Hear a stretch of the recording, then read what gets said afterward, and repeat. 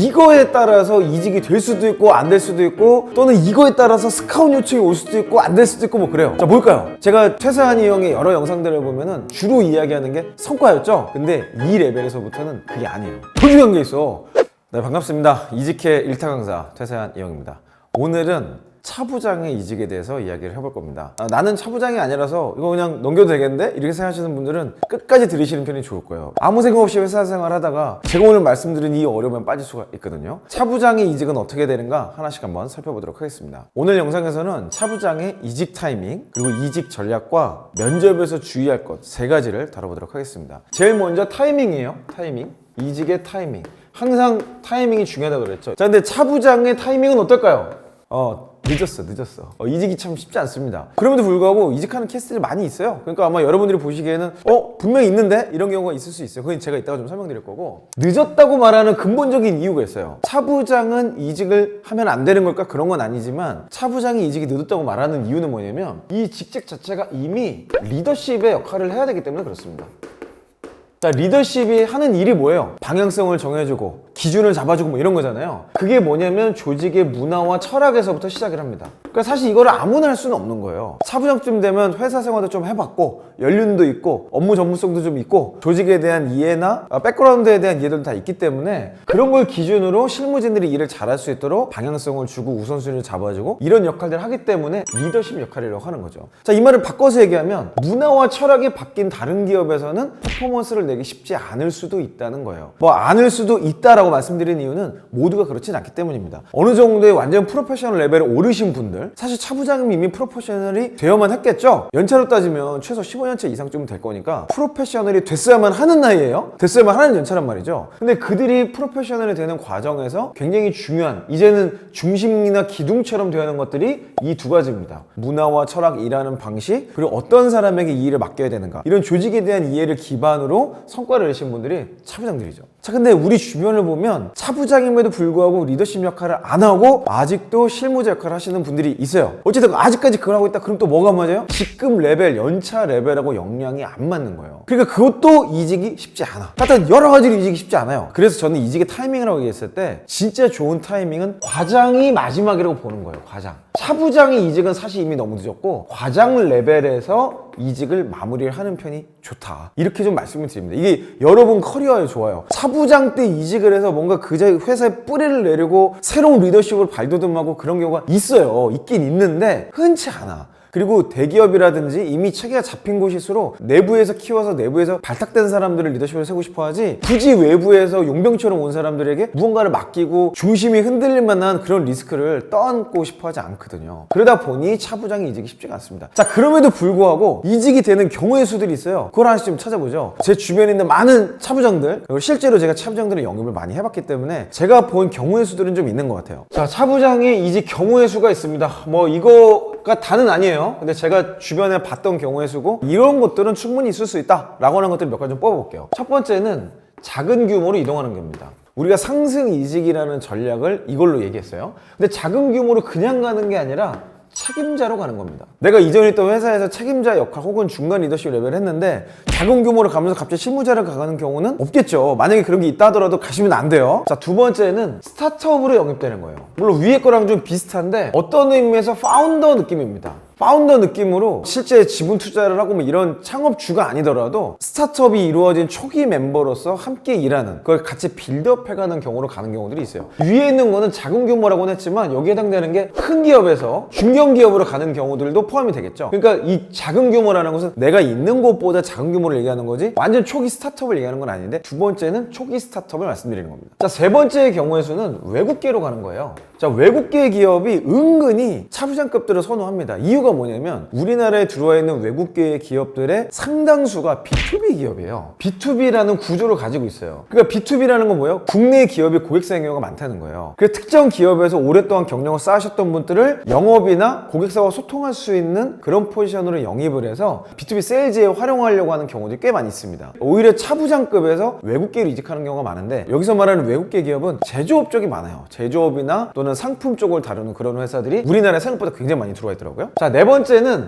컨설턴트로 일하다가 누군가를 도와주고 코칭해주고 가이드주는 역할을 하다가 아예 인하우스로 들어오는 경우입니다. 자, 이거는 뭐냐면 컨설턴트를 함께 일을 해봤는데 너무 퍼포먼스에 만족하는 거예요. 와, 진짜 저 사람 일 잘한다. 아예 저 사람 우리의 회사 안으로 들어왔으면 좋겠다. 이렇게 해서 내부 책임자로 인하우스 영입을 하는 경우들이 꽤 있습니다. 자, 마지막으로 5번째는 인하우스에서 거꾸로 대행사로 가는 경우들이 있어요. 사실 흔치는 않은데 이것도 3번의 외국계와 같은 맥락으로 영업을 위한 추가 고객 확보를 위한 어떤 교두보 같은 형태로 진행되는 경우들이 종종 있습니다. 사실 경우의 수가 많지는 않지만 차부장급쯤 되면은 조직 내에 임원들도 많이 알고 있고 그 업계 네트워크가 많이 있잖아요. 그런 것들을 활용해서 회사에 도움이 될 만한 역할이 분명히 있는 것 같아요. 그런 부분으로 이직을 하는 것은 충분히 한번 도전해 볼 수 있다. 제가 경험하고 보고 또 분석했던 내용들은 한 5가지 정도가 있는 것 같습니다. 이거 이외에도 당연히 수평이동도 있을 수 있고요. 이 안에서 다른 조직으로 상승이동하는 경우도 있을 수 있어요. 그리고 기존의 모든 커리어를 다 날려먹고 전환이동을 하는 경우도 있지만 그리 추천하진 않는다라고 좀 정리해 주실 수 있겠네요. 자, 이 레벨에서 정말 중요한 게 있어요. 이직이 뭐 정말 입체적이고 여러 가지 고려해야 되지만 딱 한 가지를 꼽으라면 저는 이 단어를 뽑고 싶습니다. 이거에 따라서 이직이 될 수도 있고 안 될 수도 있고 또는 이거에 따라서 스카웃 요청이 올 수도 있고 안 될 수도 있고 뭐 그래요. 자, 뭘까요? 제가 최세한이 형의 여러 영상들을 보면은 주로 이야기하는 게 성과였죠? 근데 이 레벨에서부터는 그게 아니에요. 더 중요한 게 있어. 이 한 단어 때문에 이직뿐만이 아니라 그냥 커리어 자체가 바뀔 수도 있어. 그게 뭘까요? 바로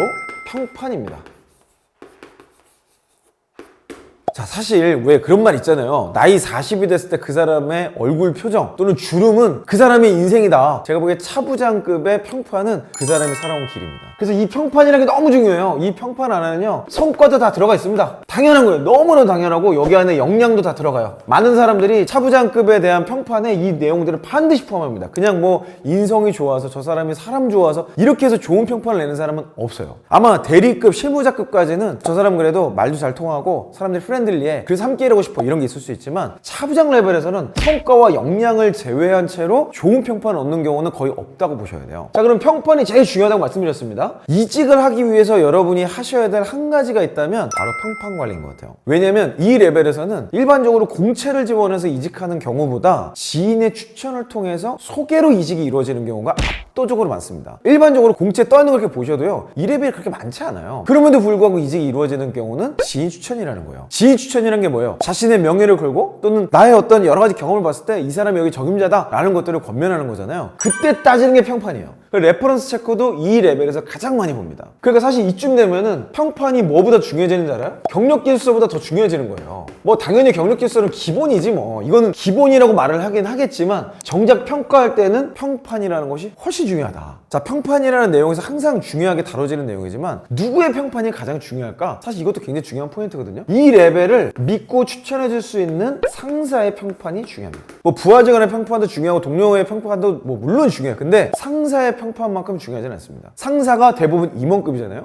임원급이 얼마나 많은 사람을 겪어봤겠어요. 여러 사람과 일도 해보고 여러 프로젝트 해보고 지금까지 내가 쭉 커리어를 걸어와 봤더니 이런 사람이 없더라. 이 사람 데려다 쓰시면 당신네 회사 굉장히 좋아질 겁니다. 뭐 이런 식의 한마디가 이 레벨에 이직을 확고하게 다진다는 거예요. 자, 그러면 이 평판이라는 것을 기반으로 두고 어떻게 이직을 하면 좋을지 이직 전략을 몇 가지로 한번 알아보도록 하겠습니다. 첫 번째는 가장 빈번하게 일어나는 것은 말씀드렸던 지인 추천을 통한 이직입니다. 이미 나와 함께 일했던 사람이 나를 추천하는 거예요. 그게 가장 좋습니다. 그래야 서류도 스무스하고 면접도 스무스하고 들어가서도 스무스하게 일할 수 있어요. 가장 편안하게 이직할 뿐만 아니라 나의 역할을 찾아가는 가장 좋은 방법이 이거라는 거죠. 근데 내가 평소에 평판 관리를 제대로 못했어? 나와 함께 일했던 사람이 나와 함께 일하고 싶어 하잖아. 그렇다고 그냥 거기서 눌러 앉을 수 없잖아요? 그럼 두 번째 해야 될 것은 헤드헌팅을 적극적으로 사용하는 겁니다. 헤드헌팅이라는 단어를 뭐 좀 안 좋아하시는 분들이 있어서 요즘엔 이거가 서치펌이라는 용어로 바꿨어요. 뭔가를 찾아주는 거죠. 서치펌을 활용해서 아까 제가 말씀드렸던 경우의 수들을 가지고 지원을 하시는 편이 좋습니다. 그래도 안 된다. 야, 이거 서치펌도 못 찾다. 그럼 뭐 어쩔 수 없어요. 그때는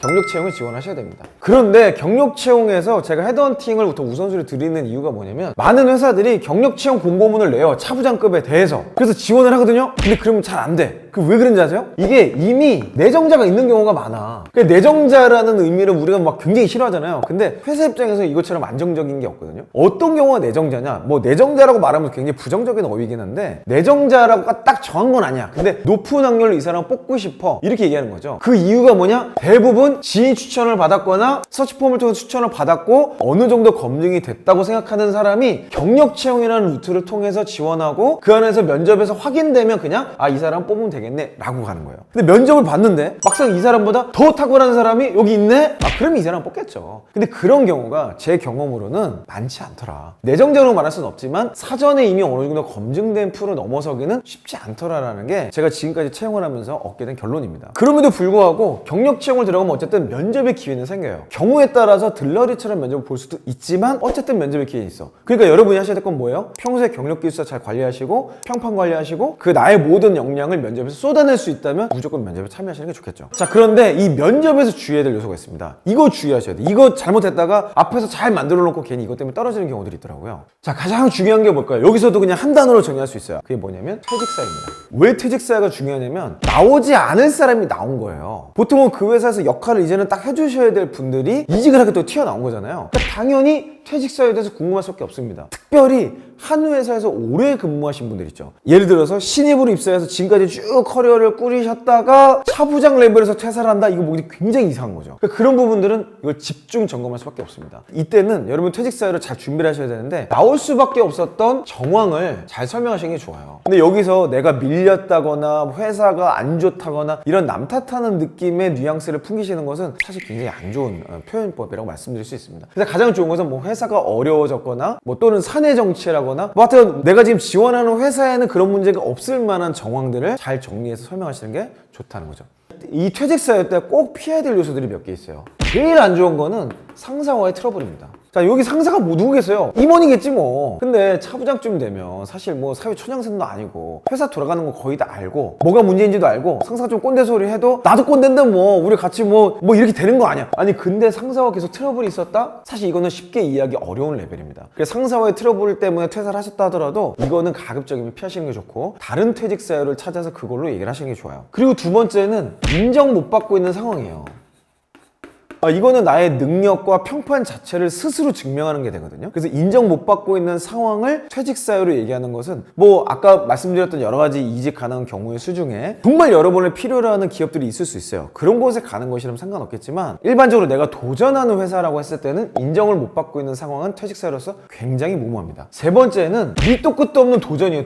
도전을 하기 위해서 퇴사했다? 지금 그럴 연차는 아니잖아요. 차부장이 갑자기 신입사원이 되면 어떡해. 그건 신입사원 때 하는 얘기예요. 신입사원한테 아직 세상도 잘 모르고 내가 젊잖아. 에너지가 있고 꿈이 있어. 그러니까 막 달려나가기 위해서 참 허무맹랑해 보이지만 그런 패기를 좋게 볼 때가 있는 거예요. 근데 차부장이 갑자기 지금 도전을 하겠다? 이건 좀 뭐가 말이 안 맞는 거죠. 나의 커리어의 중반을 이미 넘어섰고 마무리를 어떻게 할 것인가, 남은 기간을 내가 얼마나 의미 있게 보낼 것인가, 여기에 집중을 해야 되는데 갑자기 내가 걸어보지 않은 이상한 도전을 향해서 퇴사를 했다? 이거는 정말 세상 물정 모르는 사람으로밖에 보이지 않기 때문에 이 부분은 피하시는 게 좋습니다. 자, 그래서 결론적으로 제가 추천드리고 싶은 몇 가지 방향이 있어요. 자, 1번은 차부장으로서 이직을 준비하지 말고 창업을 준비해라. 이렇게 말씀드리고 싶어요. 창업을 준비한다는 게 진짜 창업을 하라는 얘기가 아니에요. 창업을 한다고 생각하고 우리 회사와 업무와 직원들을 바라보잖아요. 전혀 다른 생각이 듭니다. 저 직원을 뽑을까? 이 사업을 다시 한다고 해도 할까? 만약에 내 사업이라면 투자를 이렇게 할까? 아니면 사업 구조를 이런 식으로 짤까? 이런 많은 생각들을 가지게 된다는 거죠. 창업에 대한 생각을 하고 이직을 준비하면 거꾸로 이직이 되게 쉬워집니다. 그리고 이직이라는 것 자체가 굉장히 더 폭넓은 관점에서 바라볼 수 있게 되는데 차부장 레벨이 됐는데도 아직도 사업에 대한 관점이 없고 조직 전체를 바라보는 관점이 없다? 이직 자체도 안 돼요. 창업을 준비하시고 창업에 진짜 잘 맞다. 이거 확신이 생겼다. 그럼 창업을 하시면 되는 거고 창업을 준비하시지만 이직에 활용하셔도 전혀 문제가 없다는 거죠. 그리고 두 번째는